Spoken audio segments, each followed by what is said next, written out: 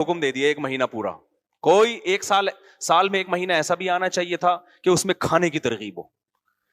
اسلامی عبادتوں میں نا صرف 3 دن ایسے ہیں جس میں کھانے کی ترغیب ہے, اور وہ بھی اللہ کی مرضی کا کھاؤ گے, اپنی مرضی کا نہیں. وہ ہے بقرعید, ایام اکل و شربن, حدیث میں آتا ہے کھانے پینے کے ایام ہے. لیکن اس میں بھی آپ کو پراٹھے پھوڑنے کا نہیں ہے, یا آپ لڈو کھانا شروع کر دیں. اس میں بھی گوشت کھانے کا حکم ہے, جس سے آپ کا فیٹ نہیں بڑھتا, موٹے نہیں ہوتے آپ.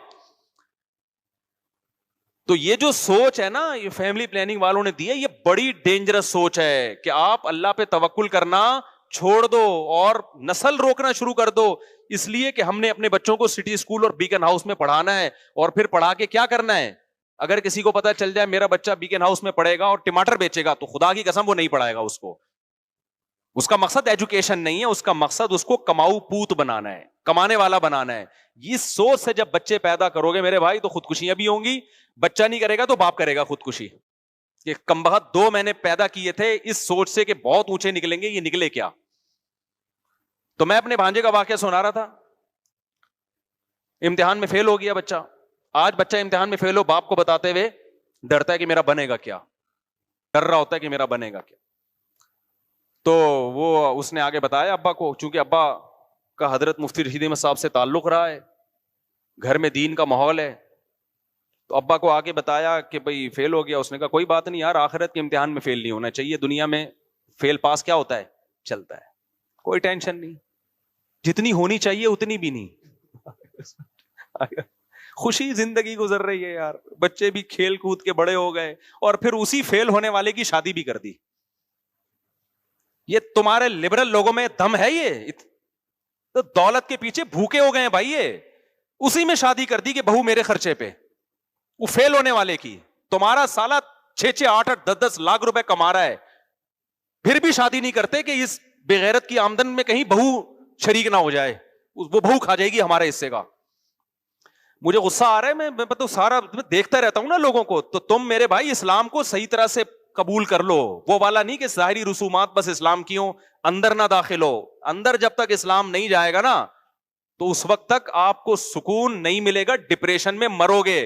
جاپان میں سب سے زیادہ خودکشیاں ہوتی ہیں, وہ اپنے آپ سے خودکشیاں نہیں اپنے آپ کو خودکشیاں سے نہیں روک سکے, اپنے آپ کو ڈپریشن سے نہیں روک سکے, تو تمہیں یہ ڈپریشن سے کیسے روکیں گے. نہیں آ رہی میرا حال ہے بات سمجھ میں. اس سے تو وہ گورنمنٹ کا پڑھا ہوا بچہ اچھا ہے جو کھڑکیوں سے بھاگ کے پڑھا ہوتا ہے. وہ گورنمنٹ اسکولوں کے بچوں کو دیکھو, ان میں آپ کو ڈپریشن بھی کم نظر آئے گی. جاتے ہیں تو بعض دفعہ تو اسکول ہی نہیں ہوتا. گورنمنٹ کے اسکولوں کا حال بتا رہا ہوں, بچہ گیا اسکول ہی نہیں ہے نا, نقشے پہ اسکول ہے, حقیقت میں اب تک اسکول بنا ہی نہیں. بعض دفعہ اسکول بنا ہوتا ہے, دروازے نہیں ہوتے, اس کو پتہ ہی نہیں ہوتا کدھر سے داخل ہونا ہے میں نے. گورنمنٹ اسکولوں کا تو یہی حال ہے, کھڑکیاں ٹوٹی ہوئی ہیں, دروازے ٹوٹے ہوئے ہیں, ٹیچر آ رہا ہے نہیں آ رہا, بچے کو اپنا مستقبل تاریک نظر آ رہا ہے, مگر وہ نوٹ چھاپنے کی مشین بن جاتا ہے فیوچر میں. اور ڈپریشن تو ہوتی نہیں اس کو, کیونکہ اس کو تو کوئی ہے ہی نہیں. آپ لوگوں نے پلاننگ بنائی ہوئی ہے, میں نے اتنی دولت کمانی ہے, میں نے اتنا پیسہ کمانا ہے, میں نے اتنی عزت چاہنی ہے, میرا یہ ہدف ہے, میں نے یہاں تک پہنچنا ہے, اسٹرگل اور محنت. اس کے بعد جب ریزلٹ, جن لوگوں کا جو پورے ہو جاتے ہیں نا اس میں, وہ تو ہمیں نظر آ رہے ہوتے ہیں, پھر موٹیویشنل اسپیکرز ان کو لا رہے ہوتے ہیں, دیکھیے اسٹرگل کا نتیجہ دیکھیے آپ. اصل میں سب گورا کہتا ہے کہ محنت کرو, محنت. انہوں نے محنت کی, آج کہاں تک پہنچے ہوئے. ابے تو ان 100 آدمیوں کو بھی لے کر آ, اس خودکشی کرنے والے نوجوان کی طرح, جنہوں نے دن رات محنت کی اور ایمانداری سے محنت کی, مگر رزلٹ کیا نکلا, 0. ان کو بھی تو لے کر آؤ نا. پھر میں پوچھتا ہوں, وہ مارکیٹ سے کیا ہوتے ہیں, شارٹ ہوتے ہیں. گوروں میں بھی شارٹ, وہ گورے بھی نہیں لاتے ان لوگوں کو. یہ جو گوروں میں کھمبوں سے لٹک کے مر رہے ہیں جاپان میں اور سویڈن میں, سارے وہی ہیں. اسٹرگل تھی, رزلٹ کیا تھا, 0. اور بلکہ ان میں تو ایسے بہت سے لوگ ہیں, اسٹرگل تھی, رزلٹ بھی پورا آیا, پھر بھی کھمبے سے چپک کے مرا ہے. یہ میں کھمبا کی مثال کراچی کے حساب سے دے رہا ہوں, وہاں کھمبے سے چپک کے نہیں مرتے. وہاں تو ہے نا, وہ تو اوپر سے چھلانگ لگائے گا. میں نے تو ایسی جگہ دیکھی ہیں, اب ولاگ میں یہ جگہ ہم دکھا نہیں سکتے, ویزے بند ہو جائیں گے. ٹھیک ہے نا.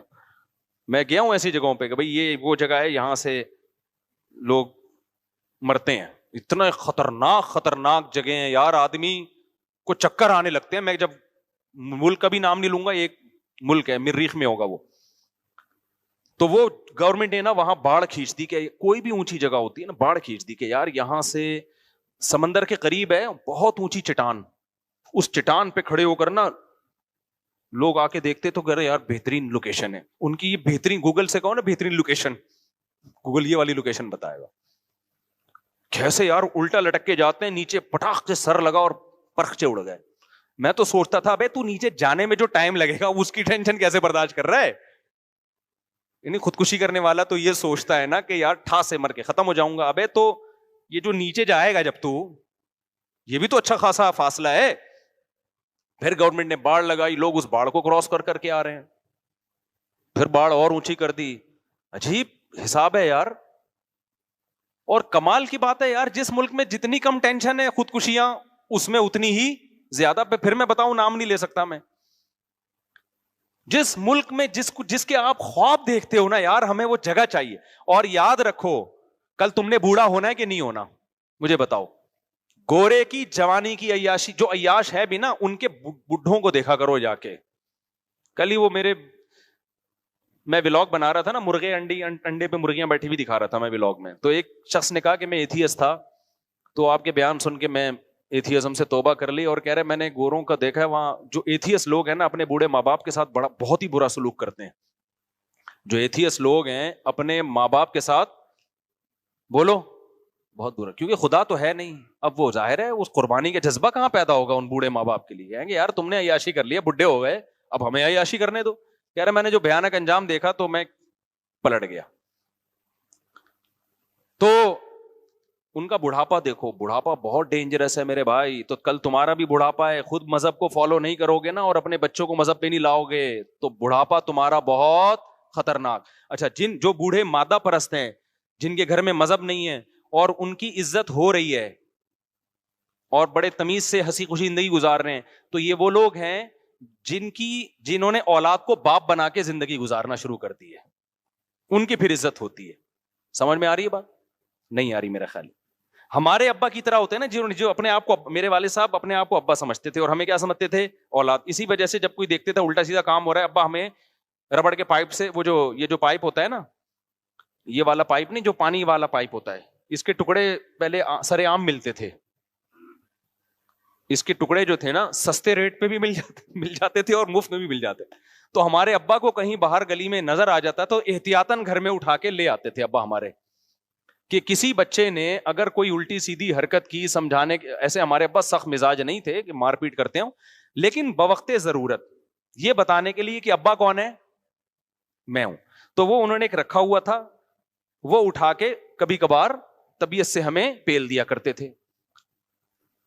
ایسے ابا کا احترام گھر میں ہو آج کی نسل میں, پھر میں مانوں گا کہ یہ ابا کیا ہے, ابا ہے. آج جو اباؤں کا احترام ہو رہا ہے نا, ابا نے اپنے آپ کو بیٹا سمجھنا شروع کر دیا ہے اور بیٹے کو کیا بنا لیا ہے, باپ. یعنی گھر میں آرڈر پھر بیٹے کا چل رہا ہوتا ہے. ابا کی ویلیو کیا ہو گئی, ختم. وہ بیٹے کے سامنے نا ہر وقت ایسے بیٹھا ہوتا ہے جھک کے. بیٹا جو ہے نا, ابا جو ہے نا بیٹے کے سامنے کیسے بیٹھا ہوتا ہے, تمیز. اب چونکہ وہ ابا ہی نہیں رہا تو اب ظاہر ہے پھر تو ریسپیکٹ ہی ہوگی جیسے دوستوں کی ہوتی ہے, بچوں کی ہوتی ہے. تو وہ کیونکہ میرے سامنے کیس آتے ہیں جو بیٹا زیادہ چیخ رہا ہوتا ہے اور باپ اپنی آواز کو دھیمی رکھتا ہے کہ میں نے اونچی آواز سے بولا نا تو میرے بیٹے کو آ جائے گا غصہ. میں وہیں سمجھ جاتا ہوں اس گھر میں باپ بعد میں پیدا ہوا ہے, بیٹا پہلے پیدا ہو گیا. سسٹم کیا ہو گیا ہے, ڈاروین کے نظریہ ترقی کرتے کرتے نا اب اتنی ہو گئی ہے کہ ابا پہلے. اور یہ حدیث سے بھی ثابت ہے, انتلد الامۃ ربتہا.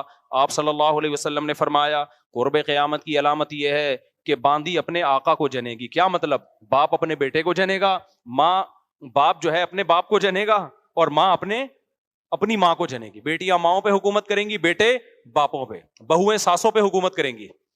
آج کل مذہبی اسکالرز بھی آ رہے ہیں, ساس کا کوئی حق نہیں ہے, سسر کا کوئی حق نہیں ہے, سارا فیملی سسٹم کی ایسی کی تیسی کر دو. ایک مذہبی اسکالر ہے وہ بتا رہے تھے کہ عورت کما بھی سکتی ہے. ہم نے تو بیان دیا نا کہ عورت نہیں کما سکتی اگر شوہر کی پرمیشن نہیں ہے, کیونکہ اس کا نان نفقہ جو شوہر کے ذمے ہے وہ اسی لیے ہے کہ بھائی تم گھرداری کرو گی, بچے پیدا بھی کرو گی, ان کو پالو گی بھی, اور گھر کے سارے کام تم سنبھالو گی, اور باہر کے سارے کام کون سنبھالے گا, میں. یہ اسلام کی تقسیم ہے. وہ ایک بڑے لبرل قسم کے اسکالر ہیں, انہوں نے بیان دیا کہ نہیں جی, عورت اگر جاب کرنا چاہے تو مرد اس کو نہیں روک سکتا. جب یہ پھینکو ہوتے ہیں نا, شریعت تو ہوتی نہیں, تو ان کو نہیں پتا ہوتا میری بات کا کے ضمنی نقصانات کیا ہوں گے, اور کوئی پڑھا لکھا بھی بعض دفعہ بیان سن رہا ہوتا ہے, وہ اعتراض. اچھا انہی اسکالر سے پوچھا گیا عورت کا نان نفقہ کس کے ذمے ہے, تو انہوں نے کہا شوہر کے ذمے. تو کسی نے کہا حضرت میں نے آپ کا پہلے نیچے کمنٹس میں لکھا ہوا تھا کہ ایک طرف شوہر کے ذمے بھی نان نفقہ ہے اور وہ خود بھی کمائے گی, تو یہ کرے گی کیا بیٹھ